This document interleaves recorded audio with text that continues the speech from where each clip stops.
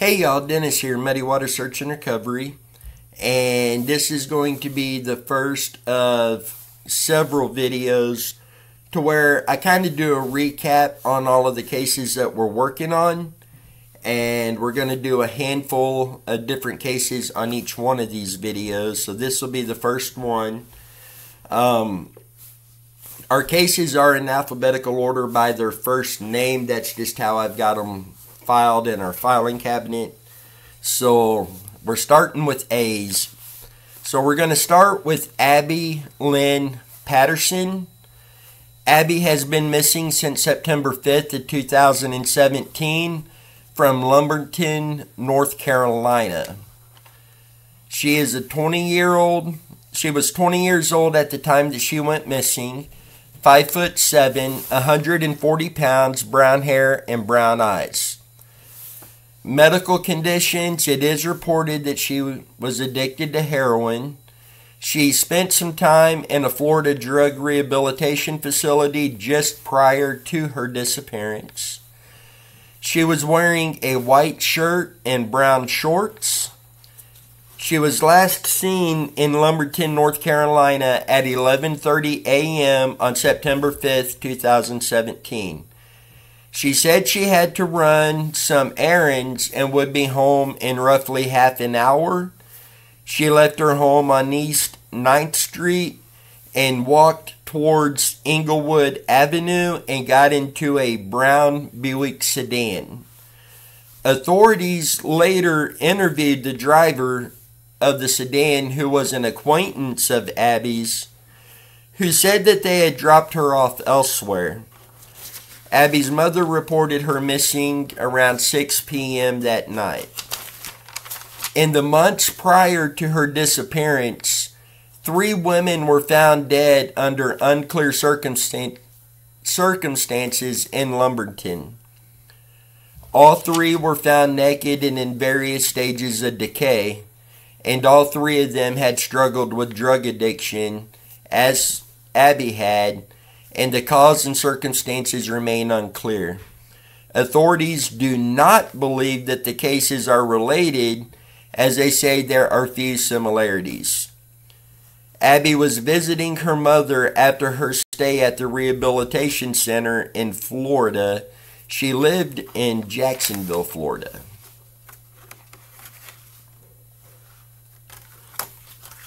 And I do want to go back in to kind of confirm the Florida and the Lumberton, North Carolina, and just to make certain, to make it more clear of where she was when she disappeared, but the reports do say that she disappeared in Lumberton, North Carolina. The next case is going to be for Adam Harvey. Adam is missing from Abbeville, South Carolina since September 11th of 2021. He was last seen on Mount Carmel Highway. Adam is 23 years old, 6'1", 230 pounds, red hair, and blue eyes. Adam does have autism and was upset about something at his grandmother's house. His grandma told him to go outside into the fenced yard and cool down, which is something that he's done before. Just take some time and calm down. When his grandma went to check on him, he was nowhere to be found. Adam does not have a history of running away, and he has not had his medication that he needs daily since he went missing. He was last seen wearing a gray shirt with neon lettering on the front, black jeans, and gray or brown slip-on shoes.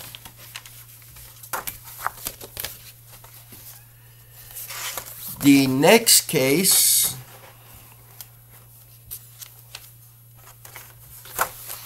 and I'm going to do the missing people on this one. We will get into Alex Van Dowson and Aaron Shane Key on a later video. So now we will do Alexis Cameron Scott, missing from Peoria, Illinois since September 23rd of 2017. She was wearing a Victoria's Secret black zip-up hoodie with pink designs, light blue jeans, and she had her hair pulled back in a ponytail. She was last seen entering a home at 125 West Richmond Avenue in Peoria on the night of September 22nd of 2017 after a night of having fun and partying. She was never seen again after being dropped off at the house. TrueCrimeTakedown.com reported that Alexis had escaped from forced sex trafficking in California and made it back home to Peoria, Illinois, only to disappear 3 weeks later. She was 20 years old, 5'1", 140 pounds, brown hair, and brown eyes. Other reports show that she was at a house party in the 100 block of Richmond Avenue in Peoria, Illinois. According to the person who invited her to the party, they said Alexis left the house on multiple occasions. He said Alexis was in the backyard when he left. She last used her cell phone at 5:08 a.m. and reportedly left the party on foot sometime after 5:30 a.m. She was never heard from again. Reportedly, according to her loved ones, just weeks before her disappearance, Alexis had traveled to Las Vegas to be a stripper, and she became a victim of sex trafficking and was taken to Sacramento, California. She escaped there. A woman found her naked and disoriented in the street. She was able to return home to her mother, but she feared retaliation from her traffickers. The owner of the home where the party was at knows the man Alex had went to Las Vegas with. Her family fears she was trafficked again. She did leave behind a young son, and her case is categorized as endangered and remains unsolved. And that is one of many cases we're working on that trafficking comes up as a strong possibility. Next, we have Alicia Markovic, missing from Blairsville, Pennsylvania, since April 26th of 1987. She was 15 years old, 4'2" to 4'6", 120 to 130 pounds, brown hair, and blue eyes. She was wearing a white crop top with red, yellow, and blue stripes, jeans, tennis shoes, and purple sunglasses. She left her father's house after an argument and hasn't been seen since. Law enforcement have said they do not know if foul play is involved or not, and they have followed every lead that has come in, but so far there have been no answers.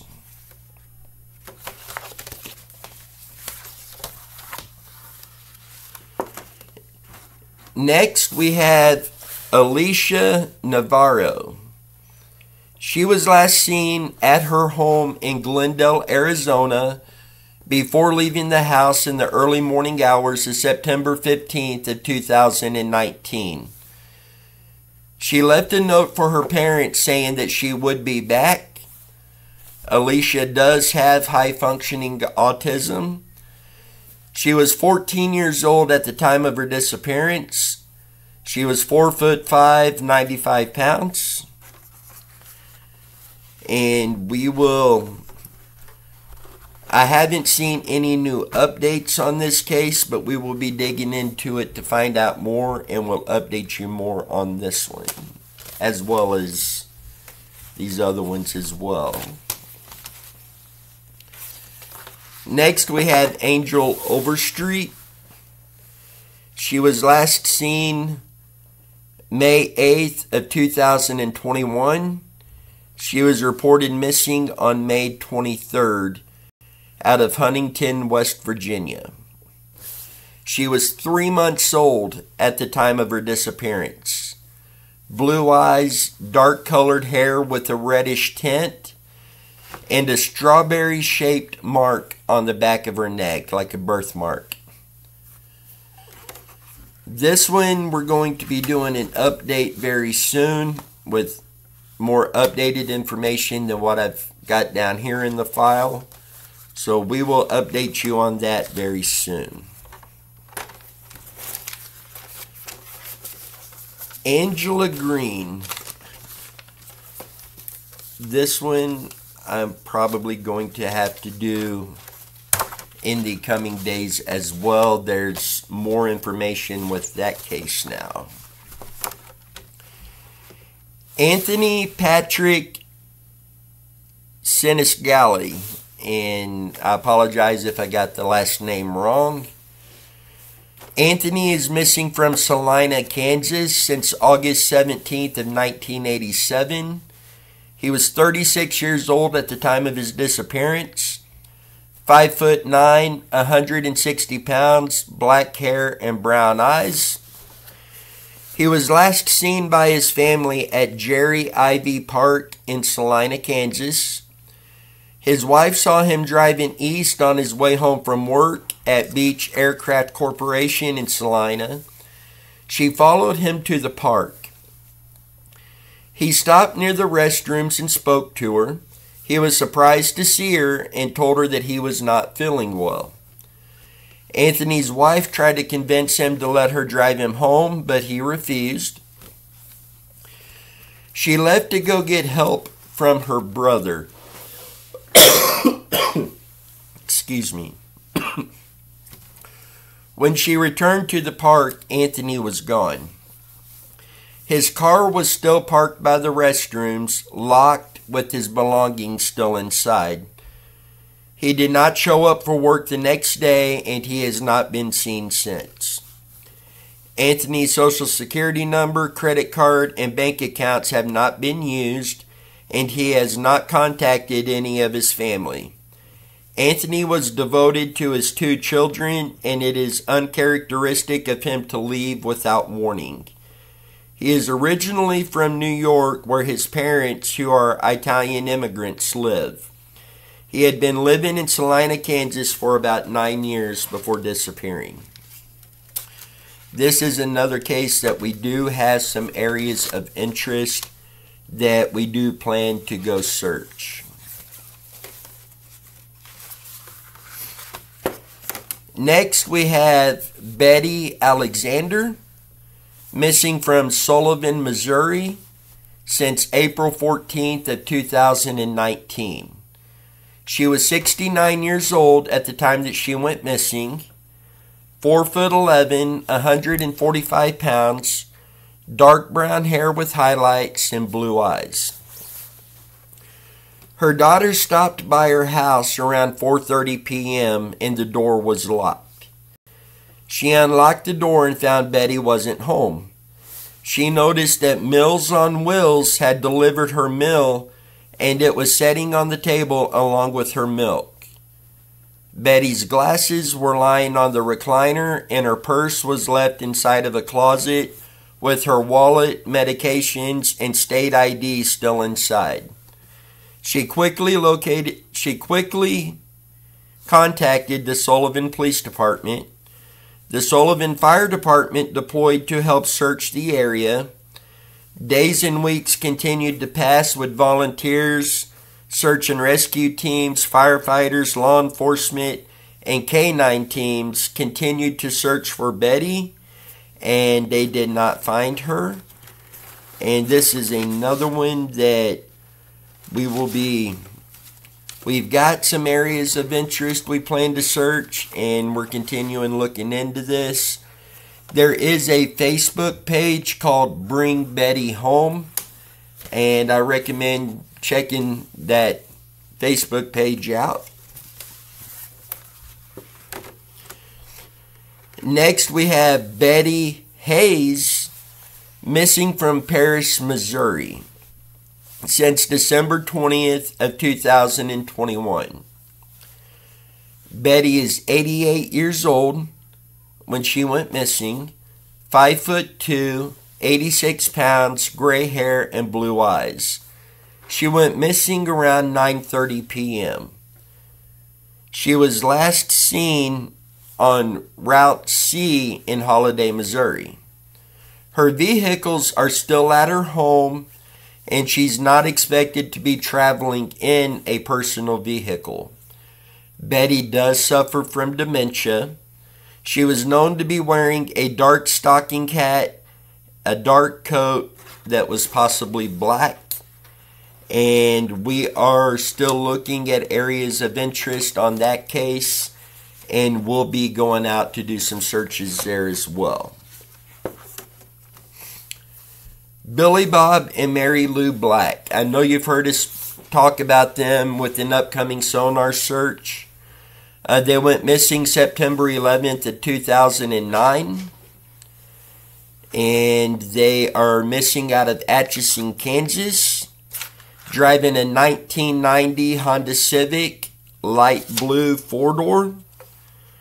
Billy is diabetic. Mary has Alzheimer's. And it's my understanding that, it was progressed enough that Mary was having some issues with her memory. And it's my understanding that was starting to get pretty bad. They were last seen driving away from the house. All of their belongings, medication, wallet, purse, identification was all still in the house. The lights are still on in the house. Adventures with Purpose did go to Atchison, Kansas, and they focused a lot of searches on the Missouri River on this case. We are looking at some ponds. There's one pond that I really need to get out on in sonar. It's very close to where they lived, the direction of travel that they were last seen headed, and that will be the first pond that we sonar. Hopefully this coming weekend. Temperatures are going to be dropping way down again. Snow later this week.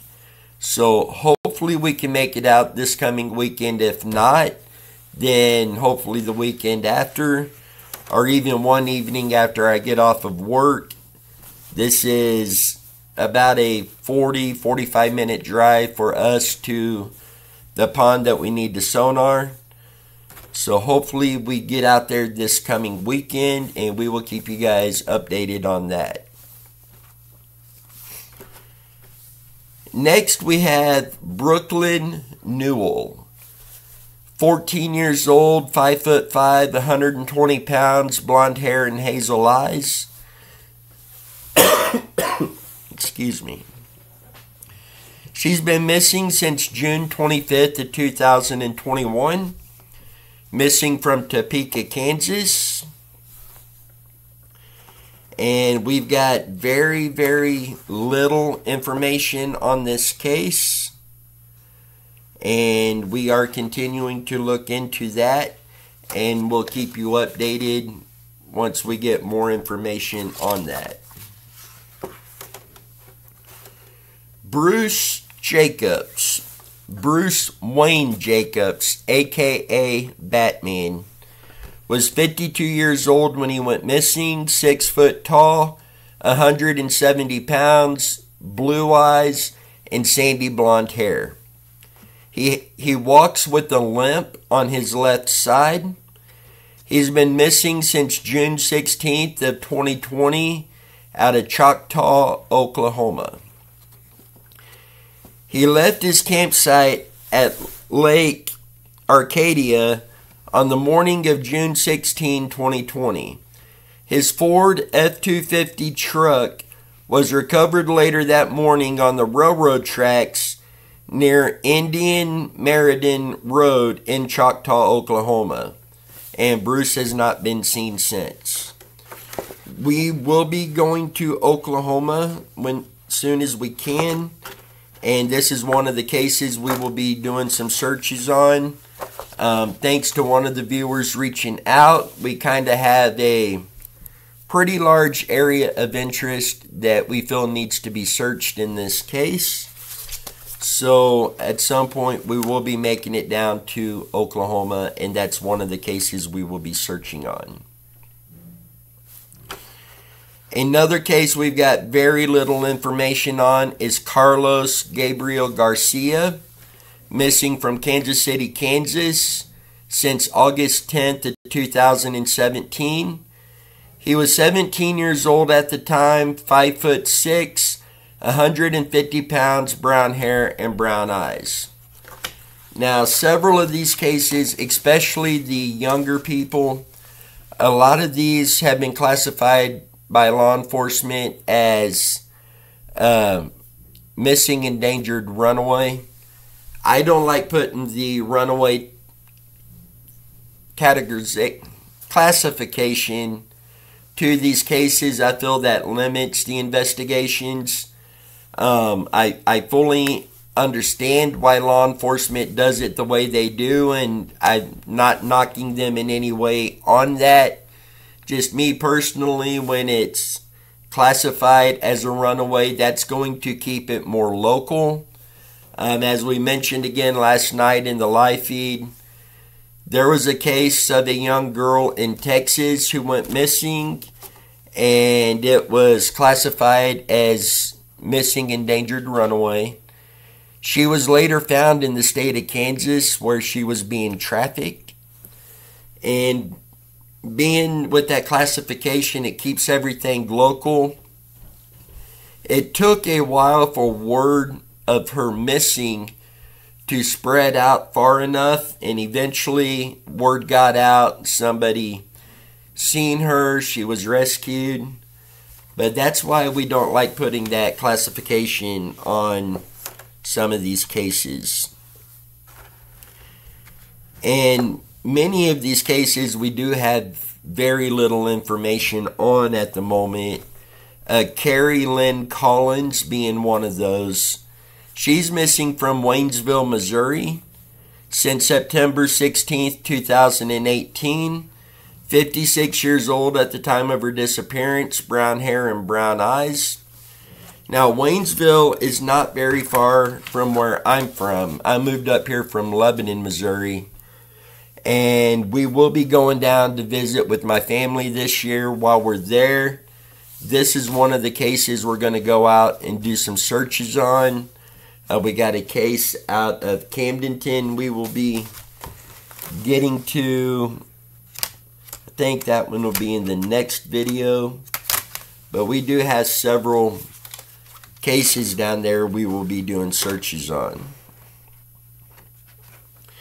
This one is one of those that, this one keeps me up a lot of nights. Celina Mays. She's missing from Willingboro, New Jersey since December 15th of 1996. She was reported missing December 17th of 1996. But she was 12 years old when she went missing, and she was 9 months pregnant. She was 2 weeks away till her scheduled C-section. She was 5 foot tall, 120 pounds, black hair and brown eyes. Her father kept trying to get her to tell him who the father of the baby is. She would get mad. She never told him who the father was. Her dad told her he would find out by requesting a paternity test shortly before she disappeared. She lived in a residence made up of 2 apartments and lived with almost 15 people within that. Her father, stepmother, aunt, stepbrother, cousin, and several other relatives lived there. The police were called to the home for a report of a missing 12-year-old pregnant girl. They were told by her dad he saw her go to bed, but the next morning she wasn't there. He said there were pillows placed under the sheet to give the impression that she was still there. She left behind her prenatal vitamins and all of her belongings. The police took her dad's statement and made plans to interview everyone from the residence. The 18-year-old stepbrother took almost a month before going in to make a statement. After all the interviews were complete, law enforcement said they could not rule out anybody from the residence. The police didn't put out anything on the case for approximately 1 month after she was not seen or heard from. Her mother's side of the family wasn't told that she was missing for about 2 weeks after she disappeared. And adding to the shock of finding out that she was missing, they also did not know until that moment that she was pregnant. The last time her mother's side of the family saw her was in 1994 after her birth mother had passed away. Her half-brother, who was in for the funeral, said she begged him to take her with him back to Michigan. He wanted to, but the attorney said to wait until after the custody battle with the baby. So he waited, not knowing that that would be the last time that he saw her. Her dad worked at a church his sister owned. A year went by, then a scandal rocked the church. Her 23-year-old cousin would be arrested for sexually assaulting 2 girls ages 13 and 16. Her dad passed away in 2019. Her OBGYN reported she last saw her December 12th and said she didn't look worried. The doctor said that she was happy to be having a baby. And there is a lot more information on this case we're continuing to go through. A lot of it we still have to confirm before bringing it public. And, you know, this one really, it really breaks my heart, really gets me.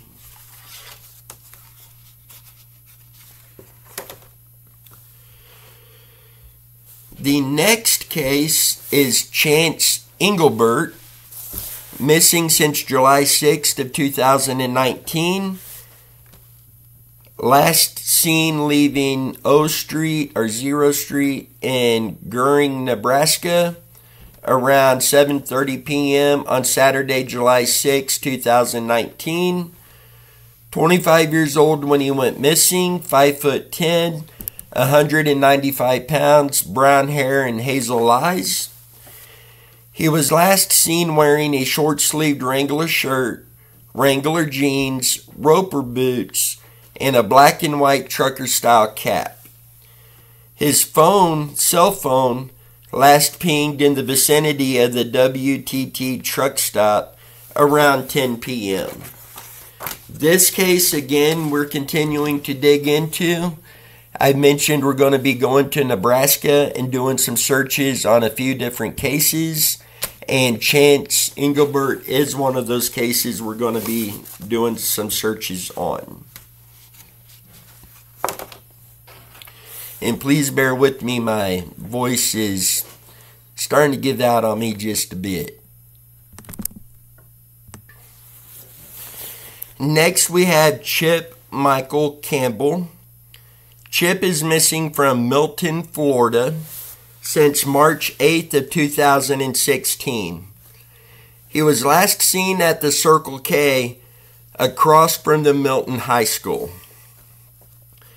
He is 36 years old, 6'2", 200 pounds, black and pepper or salt and pepper hair and brown eyes. It's reported that Chip is missing under suspicious circumstances. It is unknown if he was on foot or in a vehicle.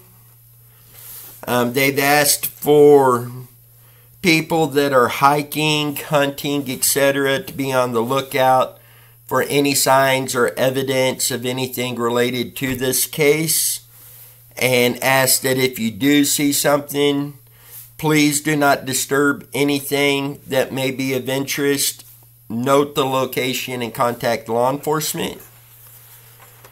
In this one, again, we have more information on this that we're combing through, and we'll be providing an update in the coming days.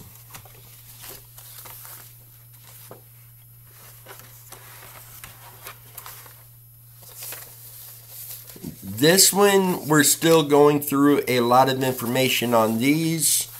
There is a serial killer that was charged in the murder of Christine Rush, Teresa Brown, and Joan Butler.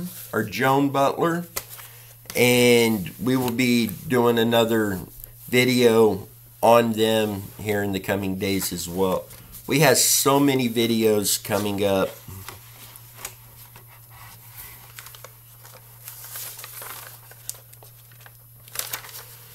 Okay, this one, we have Christine Lindsey Walters. Christine is missing from Eureka, California since November 14th of 2008.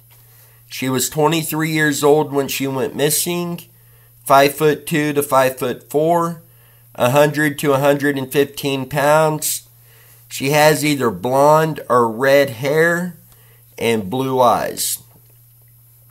She was possibly wearing a sweatshirt, hospital-issued pink pajama bottoms, and Croc shoes. Christine does not wear makeup. Her left nostril is pierced and her ears have several piercings. She has a small butterfly tattoo on her lower front hip and a large tattoo of a purple and green iris flower on the back of her neck. She may use the names Airy Meadows, Airy Star, Meadow, and R. Just Star. She lived in Deerfield, Wisconsin in 2008. She took a vacation to Portland, Oregon in the summer of 2008. She was scheduled to return to Wisconsin in her university's fall classes, but decided to extend her stay because she liked the area. She went to visit friends in Eureka, California. Around that time, she became interested in spirituality, alternative lifestyles, and environmental causes. She kept in regular contact with her family, but called less often once she was in California. She wasn't working consistently and repeatedly asked her family for money. Her father sent her $1,000, which she left untouched in her bank account. On the morning of November 12th, she was found standing on the doorstep of a rural home, confused, naked, and covered in briar scratches. The homeowner called the police. They took her to St. John's Hospital for treatment. She appeared frightened and said somebody was after her, but she wouldn't say what had happened to her. She tested negative for drugs, so law enforcement did not detain her. They took her to the Red Lion Hotel in the 1900 block of 4th Street. She made arrangements with her parents to fly home. She had lost all of her identification and was trying to get new documents so she could travel. She was last seen on November 14th. She went to a copy center where her mother faxed her some papers to help her obtain new identification. Employees at the copy center stated she appeared nervous and paranoid. She has never been seen or heard from again. She was reported missing on the 17th. Her backpack, money, and identification were found after her disappearance at a spiritual center in Arcata. She often left her stuff there when she went to walk in the Arcata Community Forest. A private investigator hired by her parents found out that she had participated in a tea ceremony before she was found and taken to the hospital. These ceremonies are illegal in the United States as it involves a controlled substance. And it is also not normal for her to leave without warning. And there are some that report that they feel that, you know, there could have been a cult. There's some who feel that she may have been trafficked. And that's another one that we are still really digging into. Next, we have Christopher Lupin. Christopher was last seen near Elm Creek, Nebraska at Four Seasons Campground. He's been missing since November 17th of 2019. 28 years old when he went missing, 5'10", brown hair and brown eyes. There's some more I can go through on here, but we have more information that we're digging through at the moment, and this is in Nebraska when we do make our Nebraska trip. This is another case that we will be doing searches on, and we're looking at late spring when we make it up to Nebraska. But him, Christopher Lupin, Chance Engelbert, Linda Dillard, that we will cover in a later episode. And then we're going to be doing updates on these individually as well.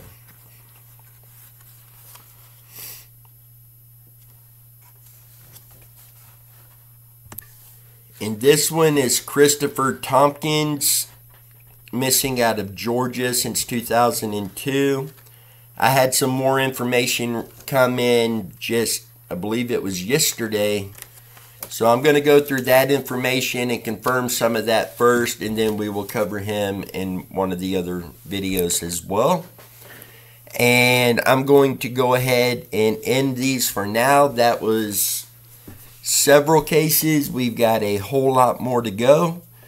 But if you have any information on any of these cases, if you have any areas of interest that you feel needs to be searched, please reach out and let me know. We will get that put on the search list for that case and do our best to get that searched for you.